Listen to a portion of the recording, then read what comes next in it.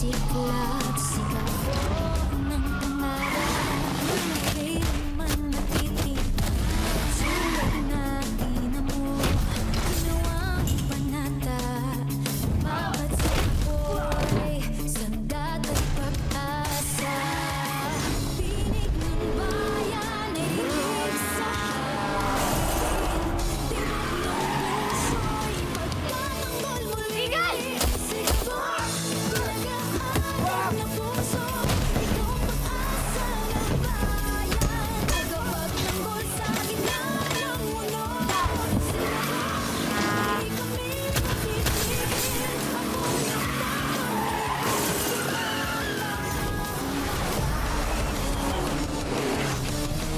Pilipinas, sabay-sabay sumigaw.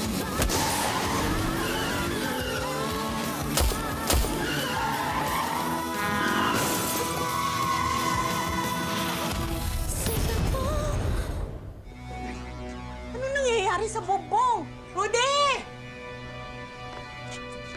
Rudy, oo, baka tamaan ka na laglag galing sa bubong.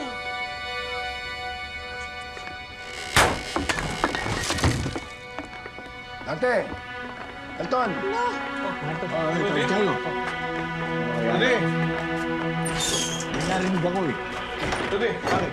Pakisilip kayo mo. Ano? Ano nangyari to? Eh, biglang bumagsak. Buti nga, hindi ako tinamaan eh. Kisa Milena. Na. Magkapok na. Marupok na yung bubong niyo, Rudy. Palitin na to. Kaya pala tuwing umuulan, lakas ng tulo rito sa loob eh. Hindi ba natin magagawa ng paraan kahit panandalian lang? Naku, Rudy, delikado yan pag gagawan lang natin ng paraan. Kasi, alam mo naman, bigla-bigla bumabagyo. Baka mamaya, biglang may dumating na malakas na hangin. Sigurado ako, liliparin itong bubong niyo na to. Pag binuksan nyo yan, tuloy-tuloy na yan. Malaking gastos nyo. Gusto ka? Okay lang po. Gusto na nanay mo. Naoperahan na daw po, sabi ni tita.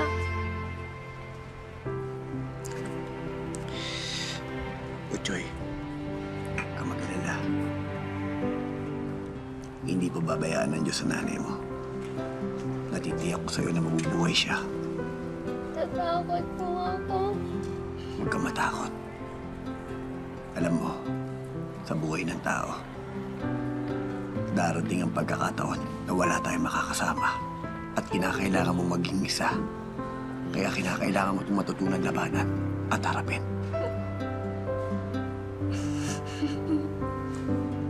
Huwag ka nang umiyak, Joy. Nandito ang Kuya Gabungo, hindi kita pababayaan. Hindi naman pwedeng puro bad news na ang nangyayari sa isang buhay. Tiwala lang tayo. Magiging pabor din sa atin yung mga decisions ng internal affairs. Pero wait lang, Karen. We are like sitting ducks. Unang-una, wala tayong nagawa sa nangyari sa Team Bravo.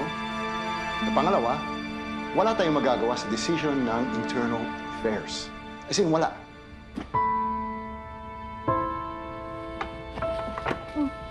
Ma'am, saan ka pupunta? Uwi na ako. Wala naman ako silbi dito eh. Suspended ako. Hintayin ko na lang kung ano yung desisyon ng internal affairs. Pero dadaan muna ako kay Sir Delgado. Papaalam na ako. Oh, Sam! Nice ka na? Halika, ihatid na kita kina Dad. Dad? Anong dad? Pwede ba huwag mo na ako samahan? O sige, basta antayin ko yung sagot mo bukas, ha? Sam! Nag-e-expect ako.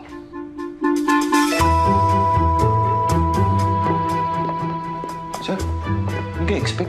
May bago mang development. Ang development ay na-develop na si Sam sa akin. Bukas, kami na. Bukas makalawa, siya na si Mrs. Sam Tuasa. Sir, alam ko nakakalungkot ho yung nangyari sa Team Bravo. Pag may kailangan ho kayo sa akin, just let me know.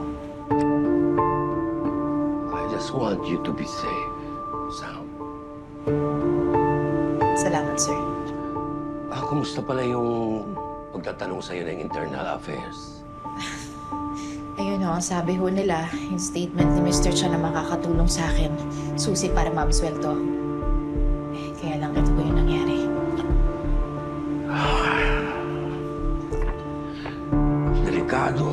tayo sa kinakalaban natin ngayon. Makapangyarihan, hindi natin alam ang magsusunod nilang gagawin. Sam, mag-iingat ka.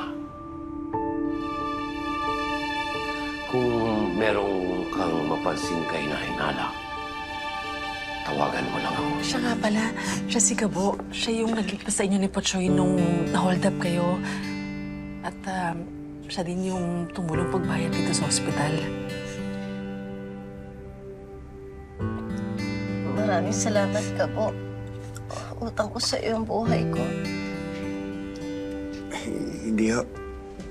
Ginawa ko lang po kung ano ang tama. Ang importante, uligtas ho kayo.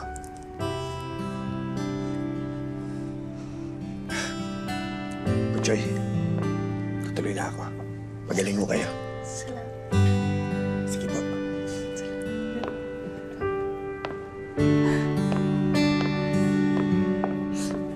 Nay. Okay na si nanay.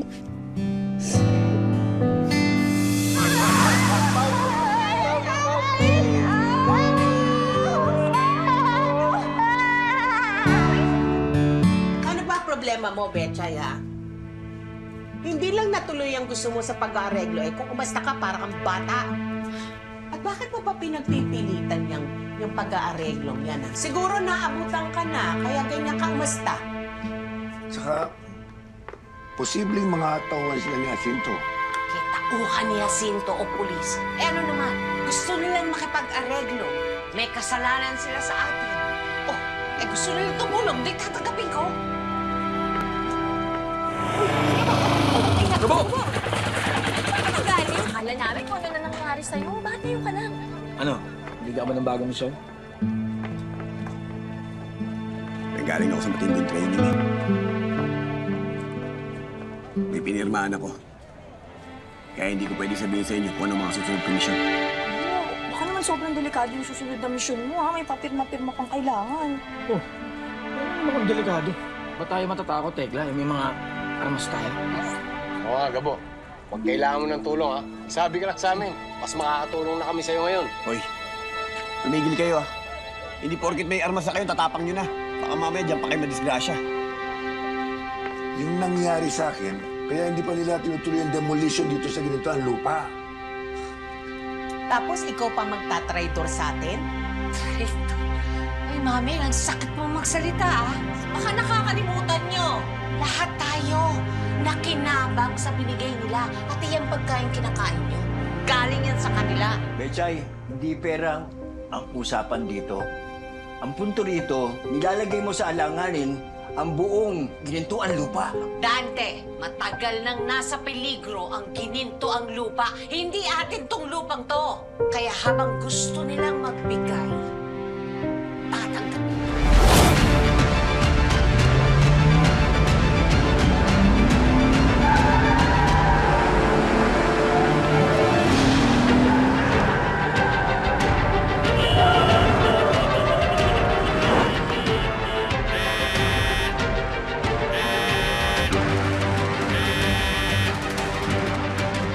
Sir, suspicious character. Release at time. 4 unidentified vehicles following my way. Nasaan kami? I'm approaching to Soriano Street, leading to Reyes. When these go south, mag-engage na ako, sir. Magpapadala ko ng agents dyan. Siguraduhin mo hindi makakatapos sa kamay natin yung babae niyan. Dikitan nyo na.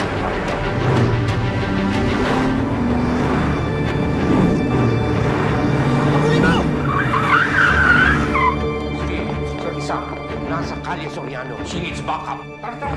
Let's go. Ay, sandali. Saan kayo pupunta? Si Ma'am Sam, sinusundan daw ng mga kainainalang sakyan. Kailangan daw respondihan. Baka may nagbabalak na gumawa ng masama sa kanya, kagaya ng sa Team Bravo. Hindi pwede yan. Kailangan ako ni Sam. Let's move.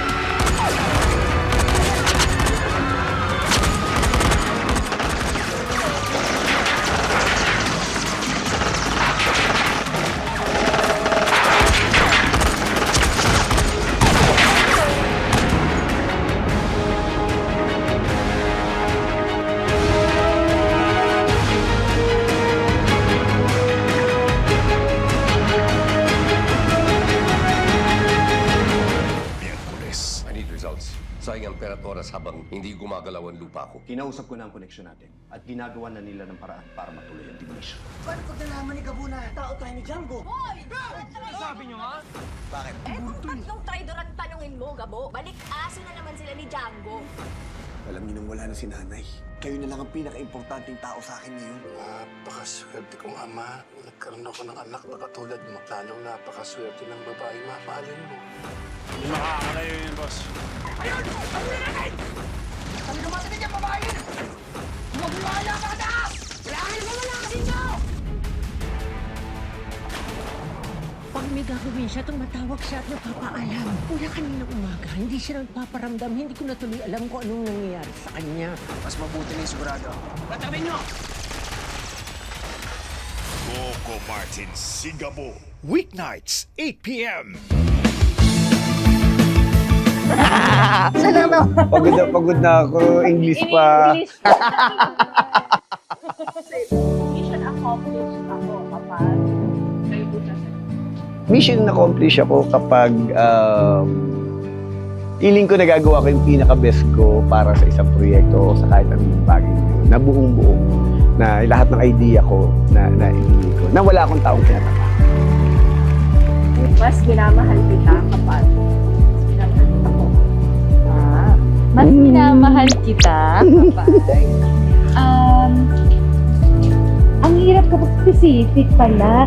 Kasi mas minamahal kita kapag lalo pa kitang nakakasama at lalo pa kitang nakikilala sa araw-araw. Kasi sobrang buti ng puso nito.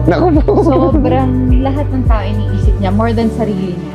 Kaya yun yung di ko ine-expect na makikilala ko pa habang tumatagal kami. Kasi normally, di ba, pag iniisip mo, hindi mo makikilala ang tao kapag matagal na, parang okay na, magkakilala na kayo. Hindi, sa kanya marami pang surprises. Sobrang buti ng puso. Golden heart. Ako may sasabihin ako yun, nanay. Sabi niya sa akin dati. Nung bago-bago, hindi ko alam Singapore ba yun o probinsyano. Kasi first time niya ako nakita nagde-direct. Ako nagbibigay ng lines, ako nagbablocking, lahat. Sabi niya sa akin one time, after namin mag-tape. Hindi naman tatay. Mas ang gwapo-gwapo mo pag nakikita ko. Pag ikaw nagbibigay ng lines, nakatulala ako sa'yo ganun. Nakakamilit ako paano mo ginagawa. Sabi ko, huwag kang mag-alala. Hindi ko rin naman na paano ko rin siya nagagawa. Si God na lang lahat ng gumagawa. Kasi minsan, honestly ako, pag pinanood ko, yung after the... paano ko nagawa yun? Hindi ko matandaan yung lines kung paano ko nabuo, lahat. Pero, ewan ko kung may mga kasamahan ko dito. Pag nag-umpisa na ako, dumaldal na ako, dire-diretso na. Kaya na-amaze din ako minsan na parang, ako, like yung sinasabi ko, sabi ko, nanay, siguro yun yung sinasabi dati nila, na hindi ko naman naiintindihan. Yun yung gift sa akin ni God. Na sabi ko dati, anong gift? Ano ba yun? Yun pala yun. Pinakatakot ako kapag titigil sa kanya. Alam na ni Jules, pinakatakot ako kapag nasa aeroplano kami. Yan. Kasi takot ako sa height at sa turbulence. Kaya kapag magkasama kami talaga, nakakapit ako sa kanya na kapag nagtuturbulence na. O hindi nag-iba ka na ngayon. Oo, actually nung last namin, ano na siya. medyo, sabi ko sa kanya, pag kinakabahan ka, kumapit ka lang sa akin. Pero totoo lang ako yung... mas nagpapan. Honestly, hindi ako takot sa kanya eh. Pero sobrang respeto ko sa kanya. Kasi, yung takot kasi yung pag, alam mo naman, pag takot ka, syempre may ginagawa kang mali. Di ba? Kasi kung ba't sabi ko hindi ako natatakot sa kanya, kasi lagi kaya kong humarap sa kanya. Di ba? Good boy. Wala kayo. Ipaglalaban kita kahit mawala pang lahat sa akin. Malulungkot ako kapag hindi tayo magkasama. Kasi honestly, di ba, kahit sa mga bagay o okasyon na hindi naman talaga kami dapat magkasama, like sa mga commercial ko, di ba, lagi ko siyang sinasama. Kasi nga sabi ko nga, sayang kasi yung araw, di ba? Bawa ako magtatrabaho tapos di kami magkasama. Honestly, pag kami hindi magkasama, yung sinasabi ko nga lagi, parang akong pilay. Yung para bang, teka lang, nasanay na ako na kasama ko siya eh. Ganun eh. Hinahanap ko lagi si Jules pag may mga bagay ako kailangan itanong, o kailangan ko ng suporta, or kahit nagpipictorial lang ako, basta nakikita ko siya, lumalakas yung loob ko. Kasi feeling ko, nandiyan si Jules, alam ko hindi niya ako papabayaan. Alam ko, kung meron akong maling ginagawa o awkward yung ginagawa ko, sisenyasan ako. Yung mga ganun mga bagay. Magtatampo ako kapag napagod ka ng isipin ng sarili. Kasi sobra talaga. Thank you. For more exclusive videos, just follow CCM Films Production. Maraming salamat po. Nag-aadab na puso